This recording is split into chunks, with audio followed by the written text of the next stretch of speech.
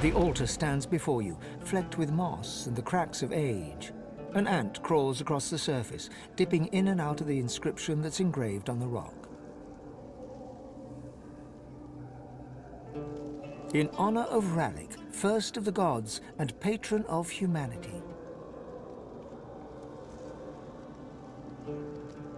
As your prayer drifts away on the breeze, you feel the world around you shift. You open your eyes to a courtyard with wooden targets and practice posts scattered about. A man stands in the center of the court, his face turned towards the sun, his eyes wide open. He's old, grey hair matted against his skin, but you still recognize him, Ralik. He doesn't look over as you approach. It's only when you're standing right beside him that you see that his eyes are clouded and grey as his hair. He is completely blind. Go, God-woken. Find the Well of Ascension. Do your duty. The vision fades, and you stand once more in the shadow-speckled glade of Ralik's temple. Looking down at the altar, you see a faded symbol for the sun carved into the rock.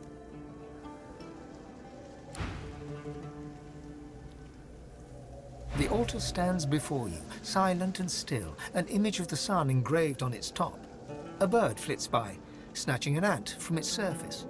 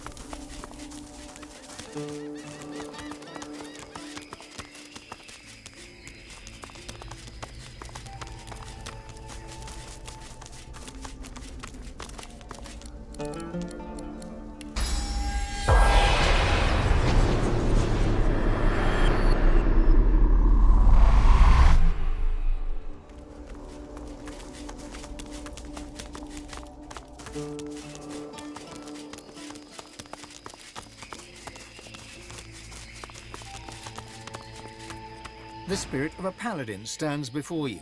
He shoots you a hostile glare. Get away from me, Blackwing lackey!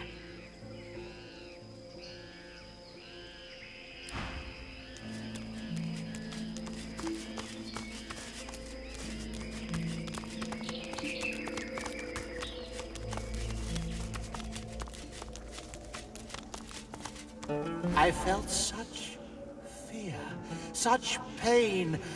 Oh, to feel it again. It was delicious. A shame I shall not taste death again once my lord returns. The spirit of a magister brandishes her sword in one hand, while the other is clasped to a wound in her side. She throws a hasty glance over her shoulder. There's too many of them. Get the bishop to the Elven Temple. We'll hold them off as long as we can. She turns her attention forward once more, her eyes darting between foes in several directions. Wait, Alexander is here. This Elven Temple may warrant investigation. You frown with surprise. Alexander vanished along with all the others when the Lady Vengeance breached the Hall of Echoes. You assumed he was dead.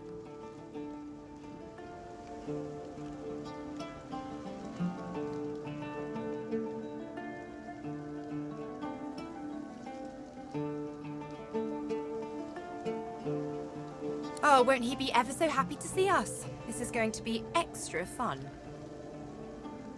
Has as many lives as a cat, it seems. Let's see if he acts like one when cornered. If he still thinks he's the one that will replace Daddy Dearest, he's in for a surprise.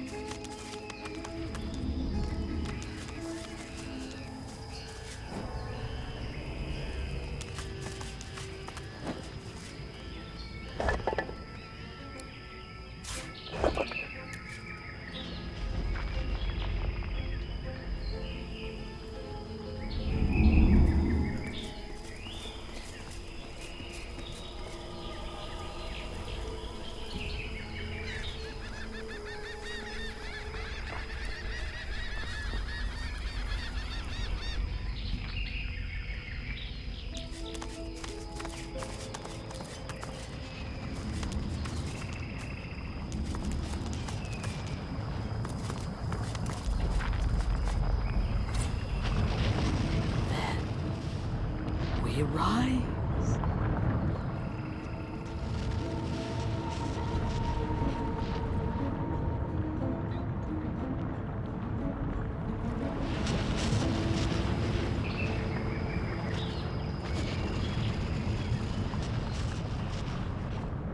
I taste it on the wind. The death. And then we rise.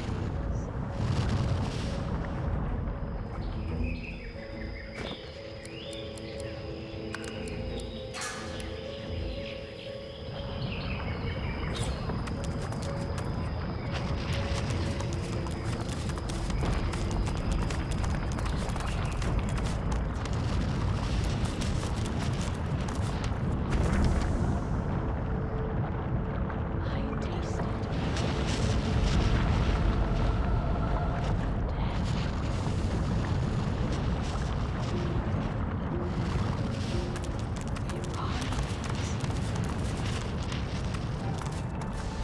The symbol of the dragon's cult has lasted for eons. The Devourer's legacy remains carved deep into Rivellon. This is a sign of an ancient dragon cult. The sigils lead to a trial meant to test believers. The arrowhead points the way forward.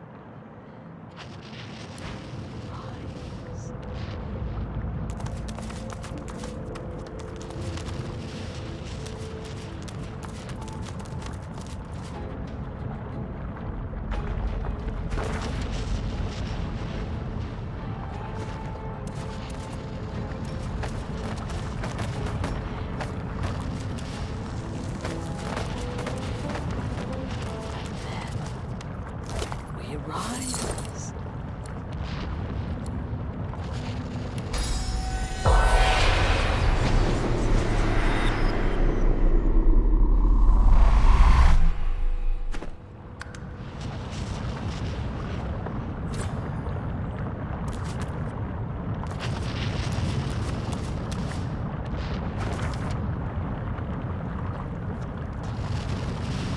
I taste it on the wind. The death.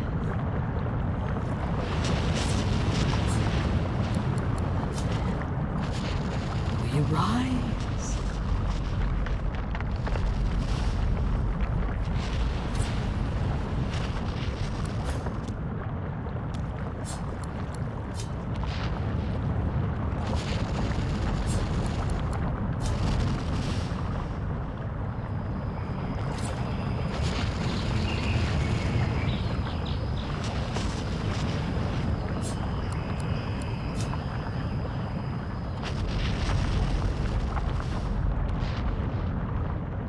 I taste it on the wind.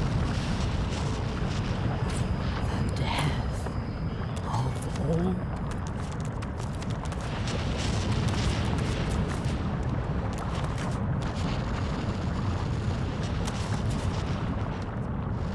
The symbol of the dragon's cult has lasted for eons.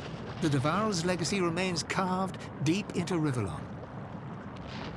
This is a sign of an ancient dragon cult. The sigils lead to a trial meant to test believers. The arrowhead points the way forward.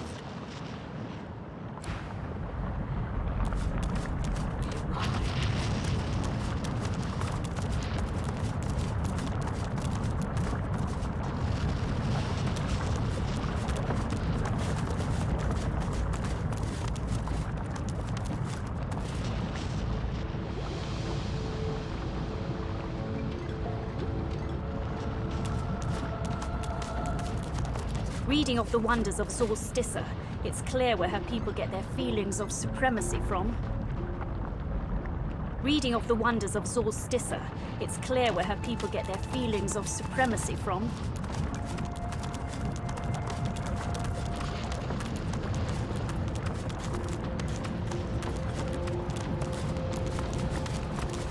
You there! Prithee, goodly traveler, might I prevail upon you to answer a question?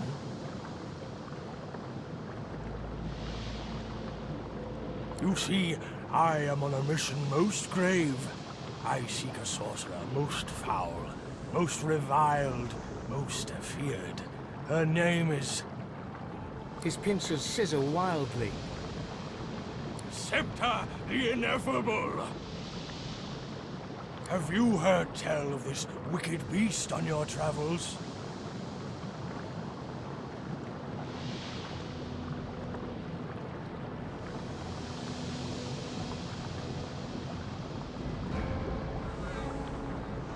Lost. Then the hunt continues. Be wary, traveler. Where Septa travels, doom soon follows. Imperio, away!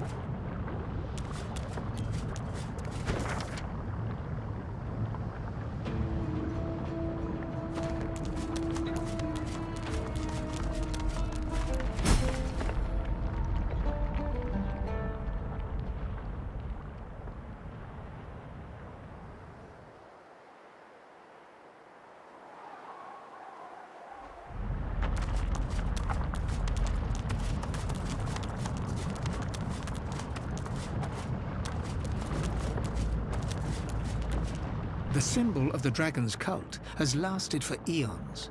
The Devourer's legacy remains carved deep into Rivellon. This is a sign of an ancient dragon cult. The sigils lead to a trial meant to test believers. The arrowhead points the way forward.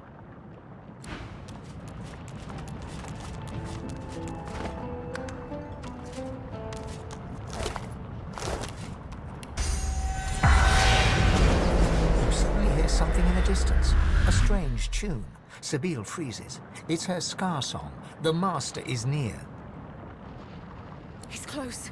We must turn back now, or he'll have me under his thrall once more.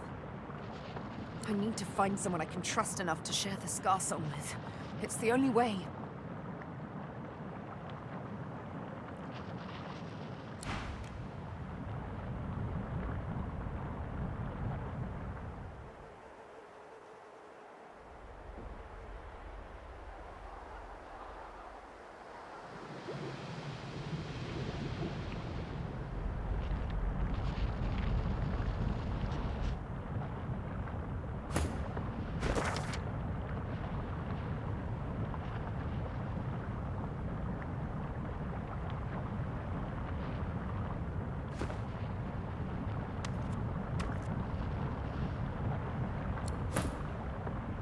There's no time to waste.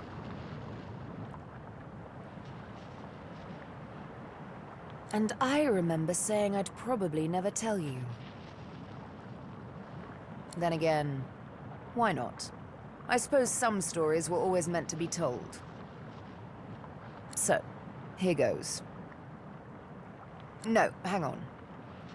She retrieves a small flask from her backpack, uncorks it, and takes a big swig. Tears stream from her eyes as she offers you the flask. They're tears of joy, I assure you. Here, have some joy. You drink. It burns. Soon the tears run down your cheeks as well.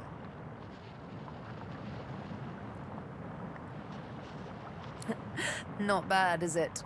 So good it has us crying like babies.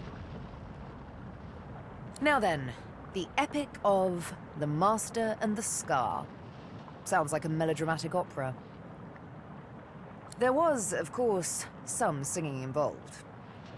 It began when I woke in the dark room. He removed my blindfold, and still I did not see.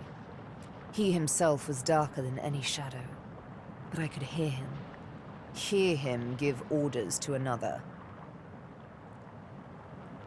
Stingtail. How he came to regret the actions he performed that day. The Master bid the dream a dream, and so he did. He sat there. I could feel his hands upon my cheeks. He trembled, as if in pain. I didn't know what was going on until quite suddenly, his right hand became aflame. I screamed as he traced the design of the scar into my searing flesh, but I could not move, not an inch. And all the while, the Master looked on in darkest silence.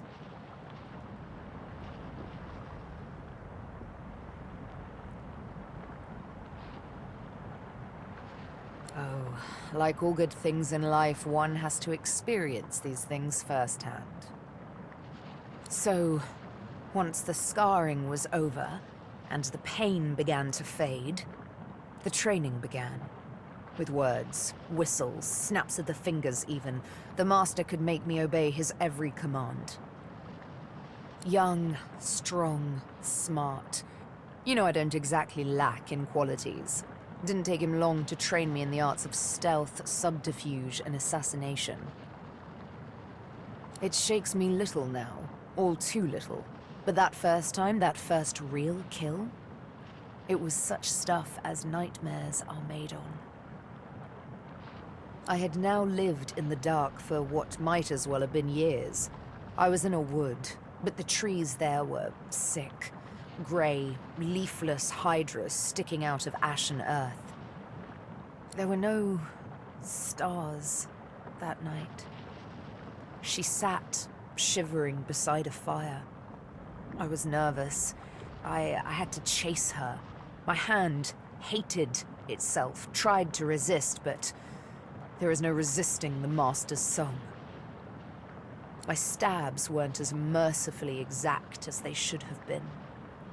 I had to bring down the needle again and again as her screams flooded the forest with terror.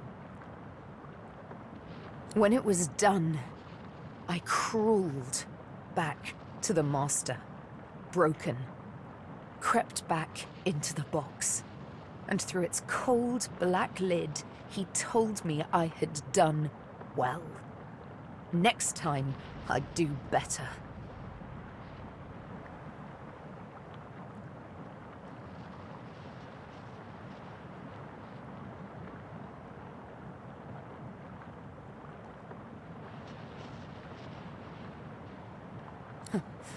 You understand me completely.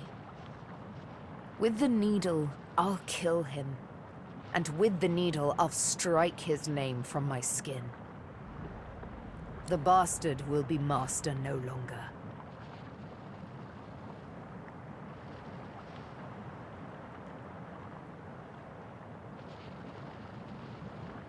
I have a feeling about this place. I think it's possible the Master isn't far off. If I'm right, if I find him, he has a date with a needle. Whatever comes after that, comes after that. The very best. She cocks her head ever so slightly and eyes you as innocently as a kitten. Why? Don't tell me you disagree.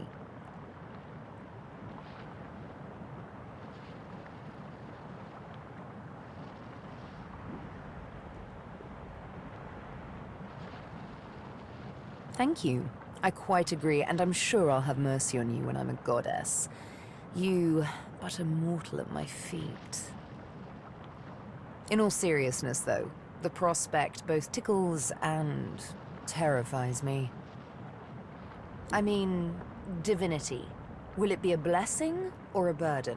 Would we be truly omnipotent, or merely the servants of an unruly universe, as desperate for control as we are now? And then there's the question that makes me shiver most of all. Would we still be ourselves? Would I remain Sibyl, or would my mortal soul die upon gaining divine immortality?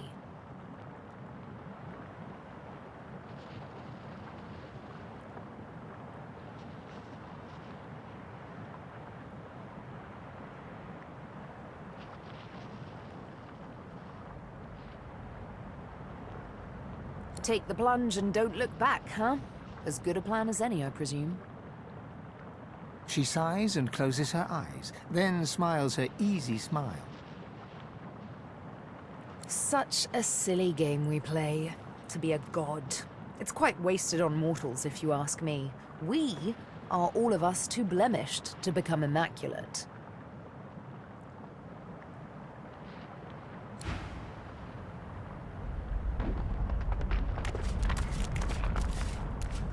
Sibyl slides her hand in yours, makes your heart skip a beat with her particularly coquettish smile.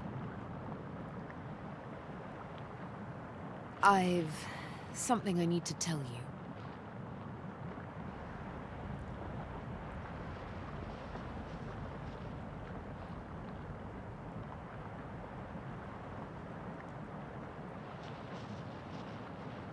She scrapes her throat, hesitates, almost as if she's a bit nervous. There's a first. I'm afraid you're going to accuse me of killing the mood, but the thing is, I need to talk to you about the Master.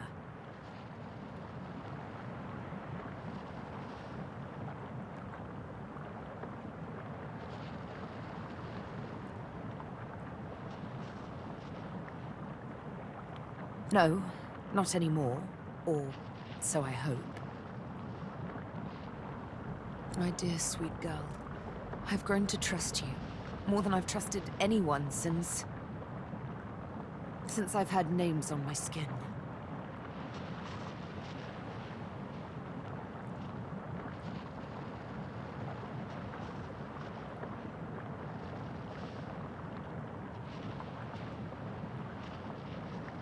Wasn't easy, I know. Come, sit down with me for a moment.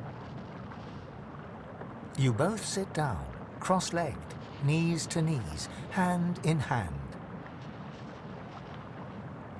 Suddenly, a melody. Sibyl sings a song, haunting in its simplicity. She uses no words, sounds rather. It's beautiful, yet somehow menacing.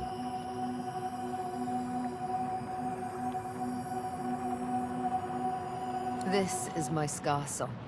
It's all the Master needs to make me his slave once more, unless your voice opposes his.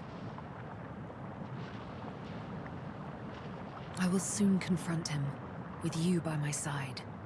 My life and my liberty I place in these soft, strong hands of yours.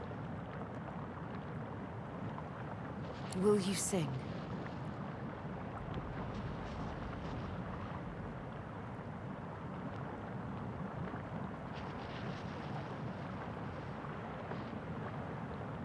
Good answer. Her cat's eyes close as she leans in for a kiss. You kiss. It's sweet and wonderful. You wish it could last forever.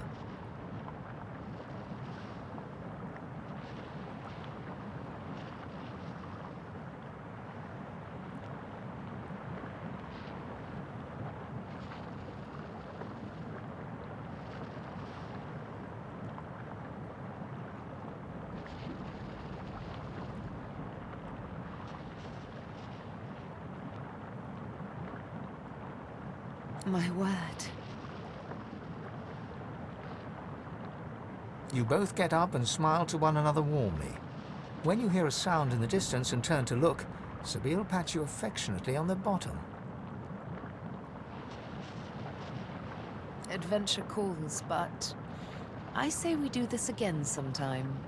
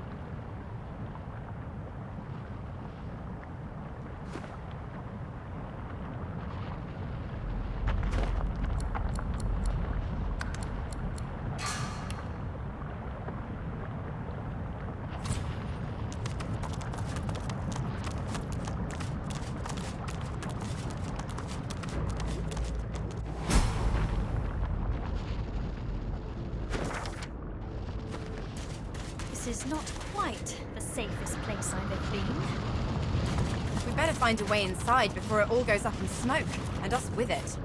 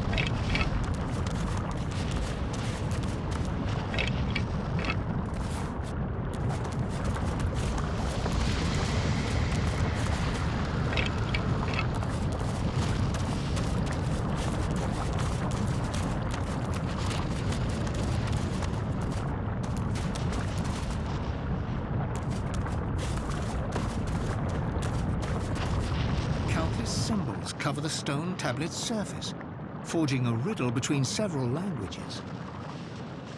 You make out one ruined line. The champion must offer a burning stone to the dragon's mouth.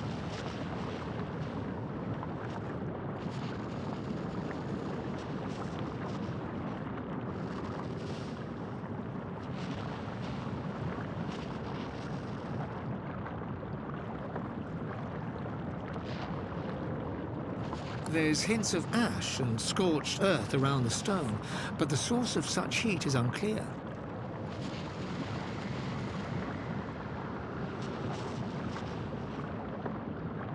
There's hints of ash and scorched earth around the stone, but the source of such heat is unclear. There's no reaction from either the inscription nor the skull. If only it had been that easy.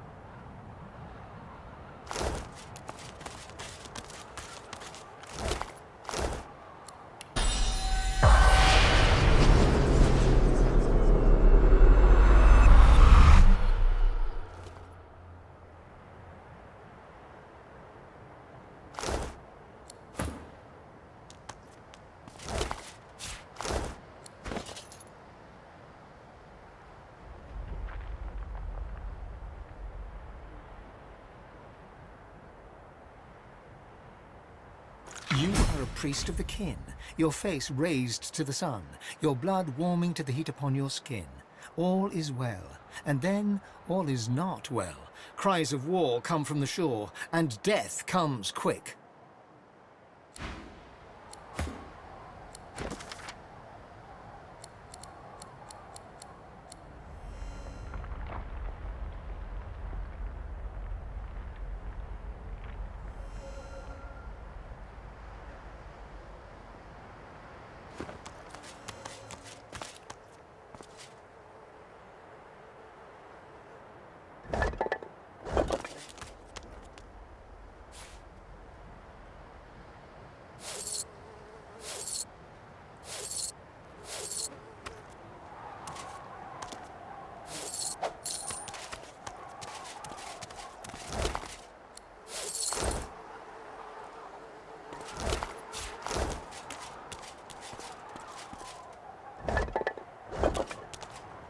The air is thick with heavy flakes of ash. The altar before you seems to radiate heat as you approach. An emblem of the sun glows faintly on the altar, but all you can hear is the hiss and rumble of the volcano and your own heavy breath.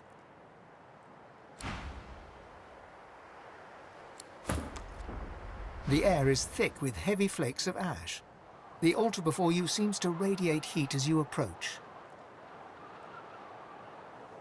An emblem of the sun glows faintly on the altar, but all you can hear is the hiss and rumble of the volcano and your own heavy breath.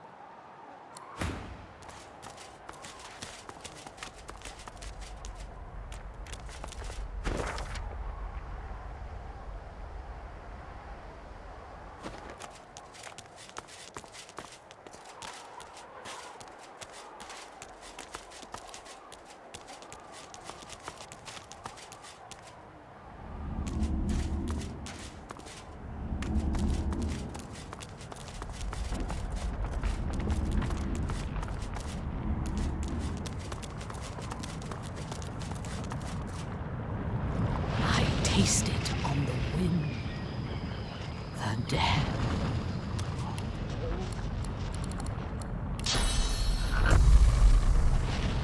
We rise.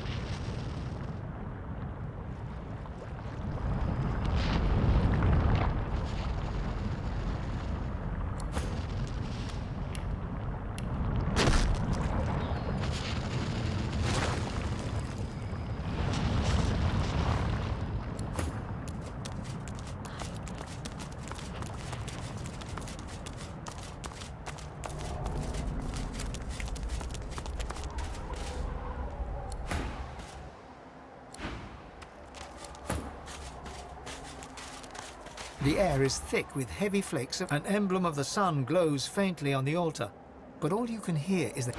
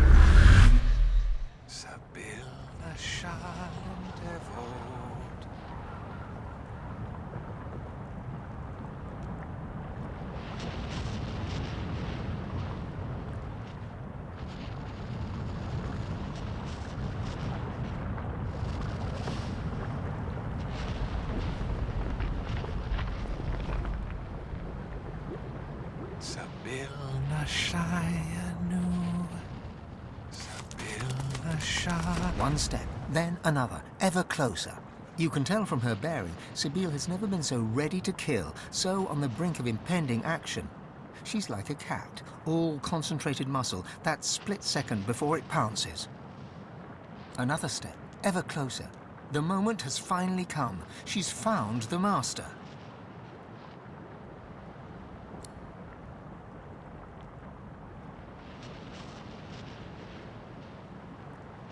The eyes of predators meet.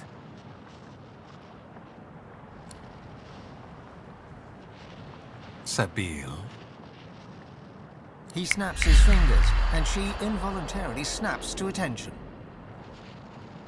Here you go, breaking my heart. That's the plan, mastermind.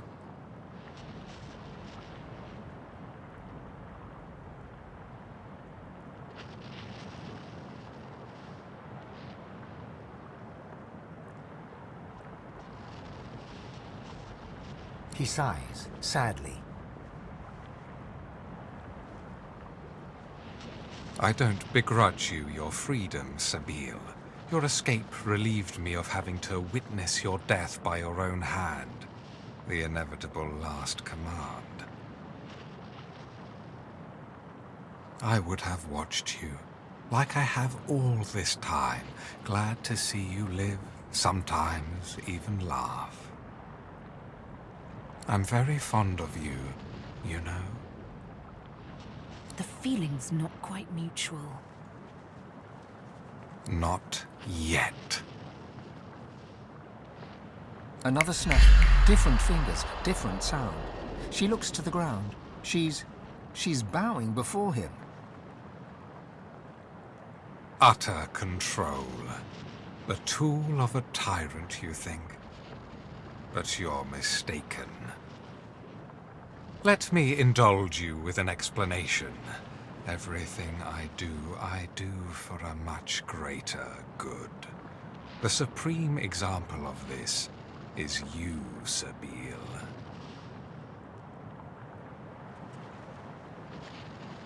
She's the prime scion. It had to be her. The other scions knew and welcomed her. They sought out their own killer.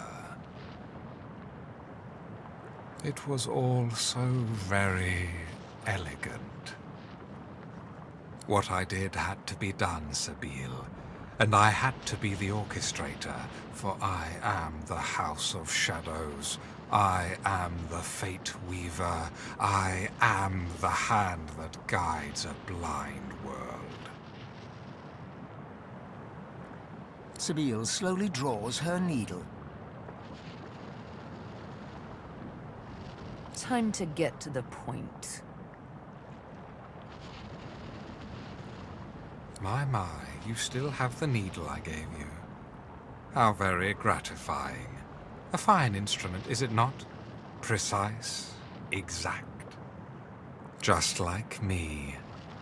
Just like you. You should know that I forced you to shed the blood of scions because rather than a killer, it transformed you into a savior of untold millions.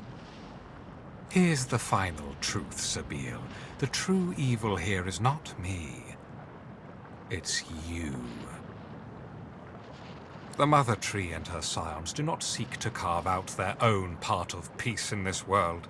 They seek to carve out the whole wide world for themselves. They want their roots to conquer every last inch of Rivellon. World domination. The prevalence of one race over all others. That is what they desire. That is what I counteract.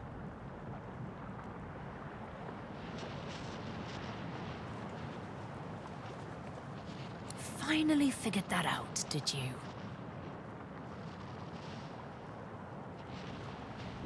But there is merit to my madness. Can you say the same of your mania? I don't begrudge you your freedom, Sabine, but you came looking for me driven by no more than ordinary bloodlust. All you see is red. You've lost sight of all reason. You know how the scar works. You know I have but to sing a single tune. You've no hope whatsoever of defeating your master.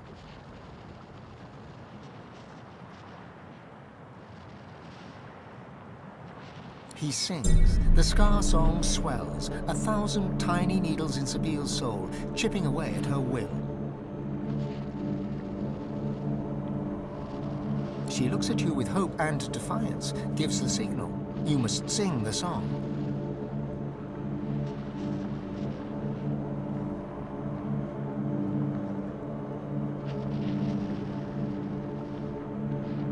Your voice harmonizes with the master's. Stunned, he hesitates, and yours becomes the dominant melody. Sabine is free from his influence. Dear me, you're a miracle worker. I'll take it from here.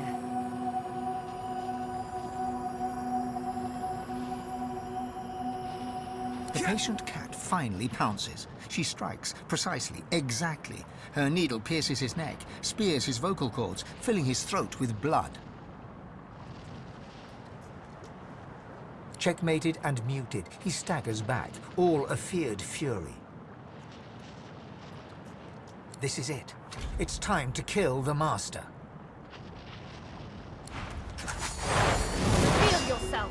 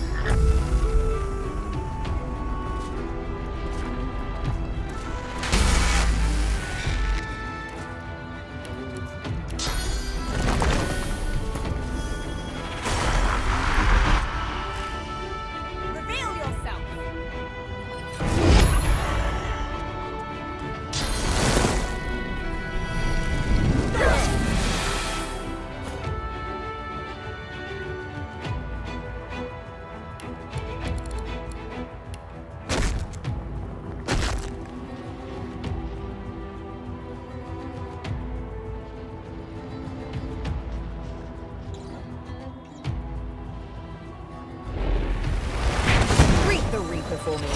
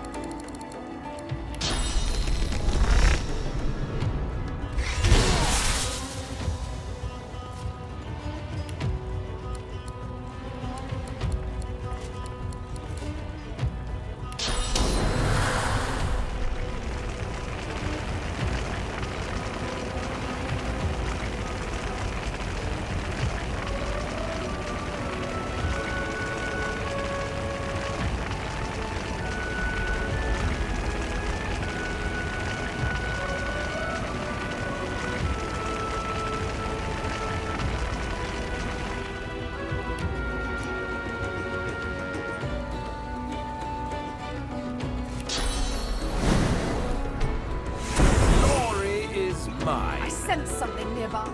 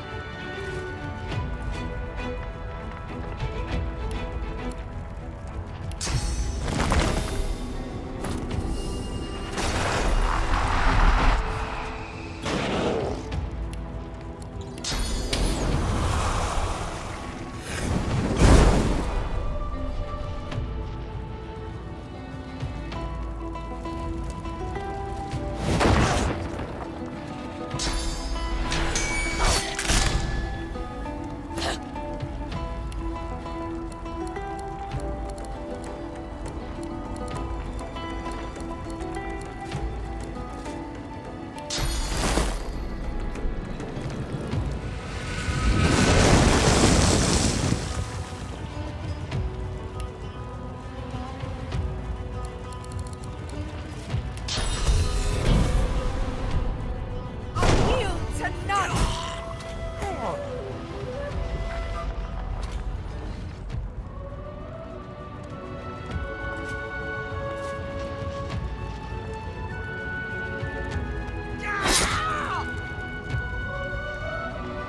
Reveal yourself!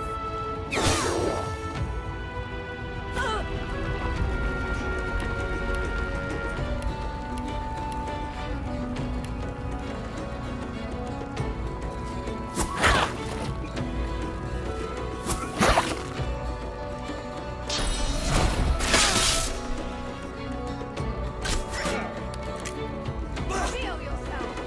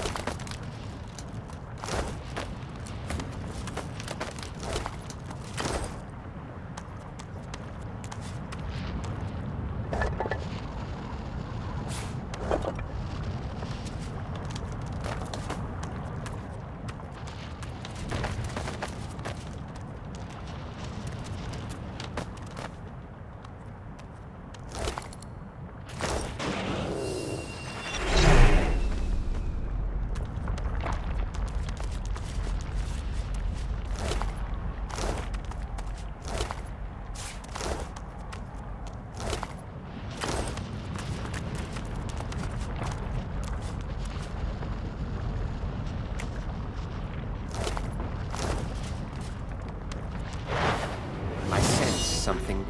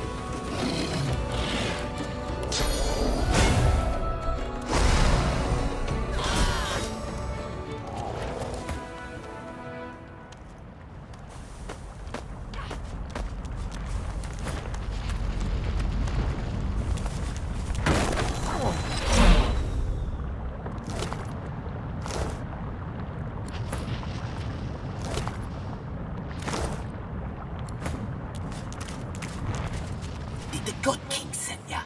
Did he send ya? As ready, God King. They came out of nowhere and killed us all. As ready. Rise me up. Rise me.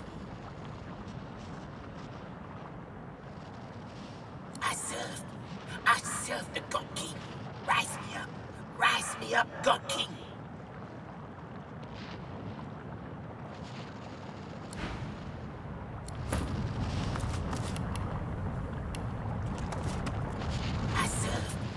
This ain't right.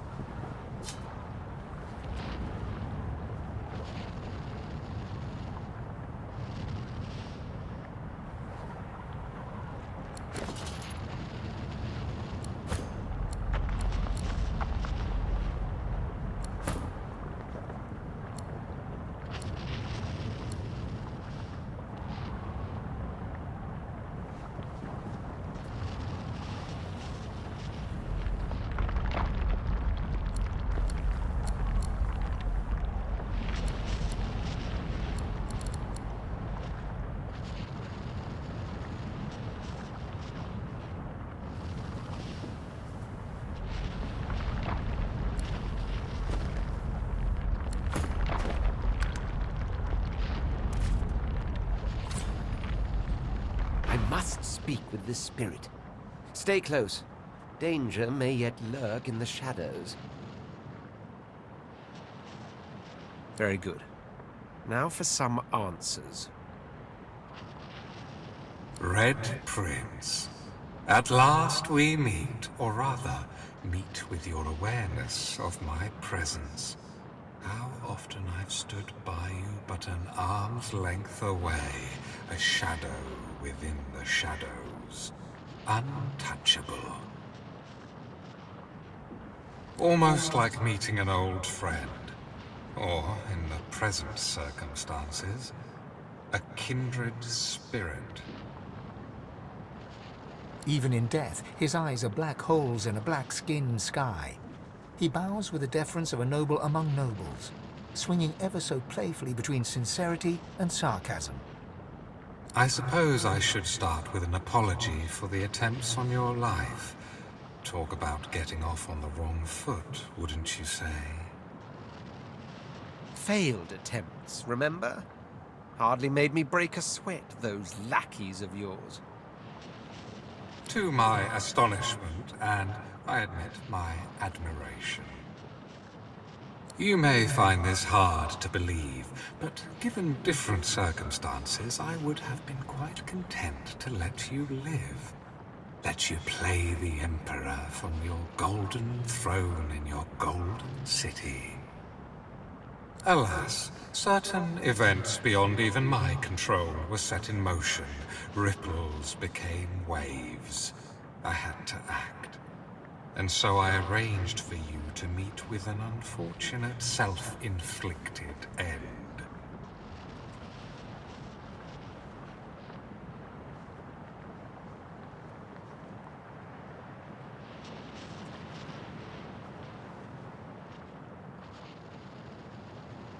I did, but of course I didn't know then he was God-woken, stronger than the demon. It's almost a pity we found ourselves on such opposite sides, all because of who you are, and all because of who she is. It was Sadha who set events in motion, Red Prince. If you were the ripple, she was the wave. She's a tidal wave that will take wing, become a murder of dragons, red as the setting sun, that will alight every corner of this world with the terrible splendor of fire.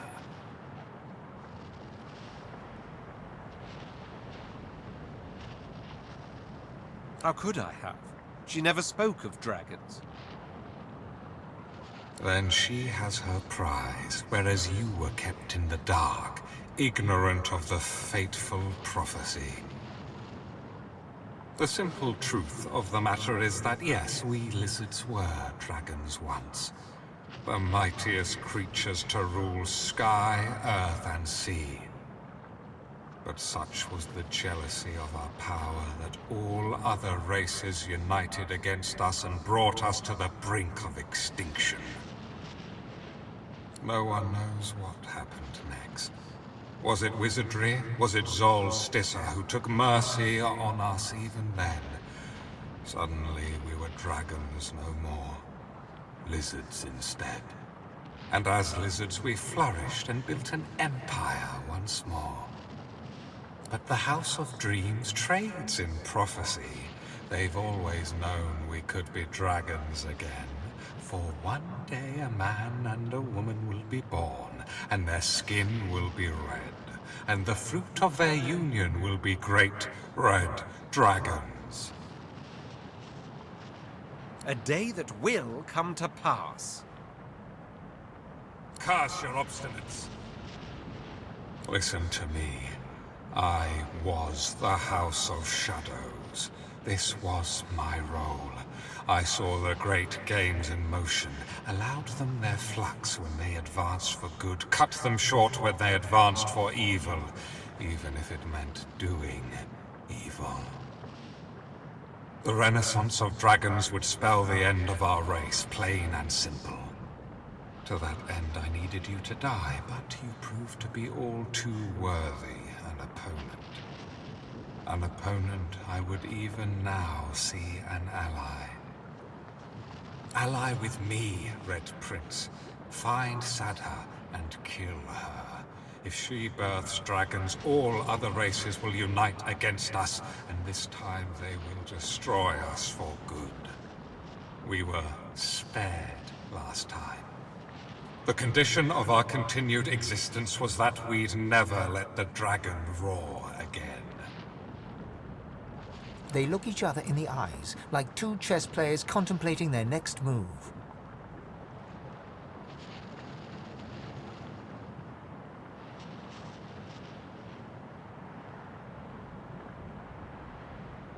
Actually, I think I'll call his bluff. Now then, I'm the Red Prince. Your role in this story is over.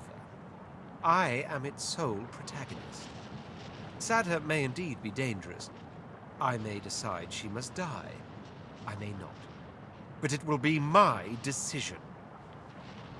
You're out of options, Master of Shadows. Tell me where she is. The Shadow Prince stands checkmated, and he knows it. I truly have no choice, have I? Very well. I must put the fate of all lizards in your hands. But beware. Sadha is ultimately dangerous. Not only will she be the mother of dragons, I fear she's fallen in with an old enemy. Them. He points to the fallen black ring. If I'm correct, and Sadha's heart has been darkened by the ring, you may be able to find her through their scrying magic. There's a thing on this island known as the Sallow Man. He is a master of mirrors. Mirrors like his will read your mind and show you what you desire, if you manage to elude or eliminate him. A word of warning, though. He is like a shred of nightmare ripped from the dream realm, set loose in reality. Do not underestimate this creature. Be careful, and become the savior of all lizards, Red Prince. Become the true emperor of your people. I will be Emperor, yes. Of lizards or dragons, that remains to be seen.